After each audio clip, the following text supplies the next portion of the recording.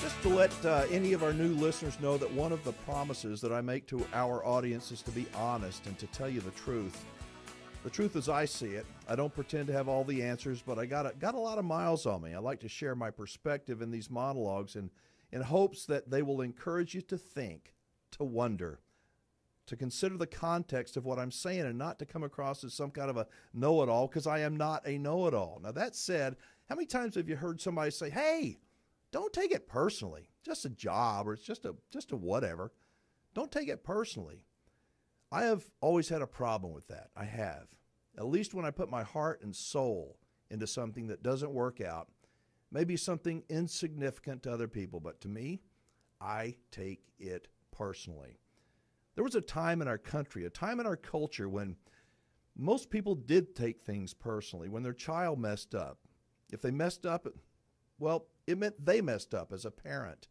When they dropped the ball, when relationships failed, when businesses didn't make it, it was personal to the parent or the spouse or the business owner. I think that taking things personally is a good thing. Yep, failure feels bad. It does. And it feels even worse when it's taken personally. And that's one thing that small business owners intimately understand. Their success is personal. It's up to them to make the right decisions, to know what to do to stay afloat and get ahead, to maybe build a legacy.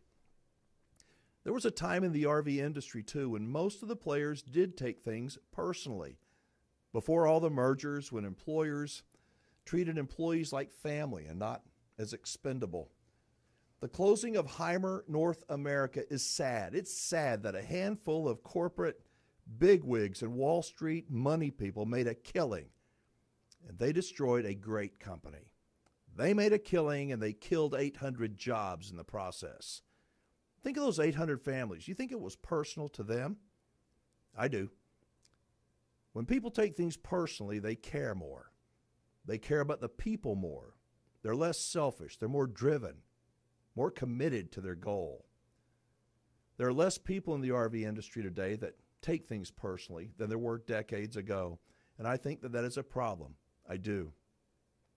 But you know what? Every single day, we're working to find people in this industry that do care, not just about the bottom line and the next quarterly report on earnings. We're discovering great people in this industry who do take things personally, from the forgotten about local RV dealers to even some of the manufacturers up in Indiana. When you find someone who cares, you know it. You can feel it, can't you? And it shows, not on some financial spreadsheet right away, but it shows in their impact on the market and the impression that they make on their customers. Our mission here on the show, my mission as your RV wingman, is to find people that do take things personally, that take their relationship with you personally, and do our best to connect you with them. They're not perfect, but they do care, even more than you may ever realize. Thank you so much for listening and for all your phone calls, emails, and support. They mean a lot to all of us here. And we take each one of them personally, every one of them. I'm Alan Warren, your RV wingman. I'll catch you next time.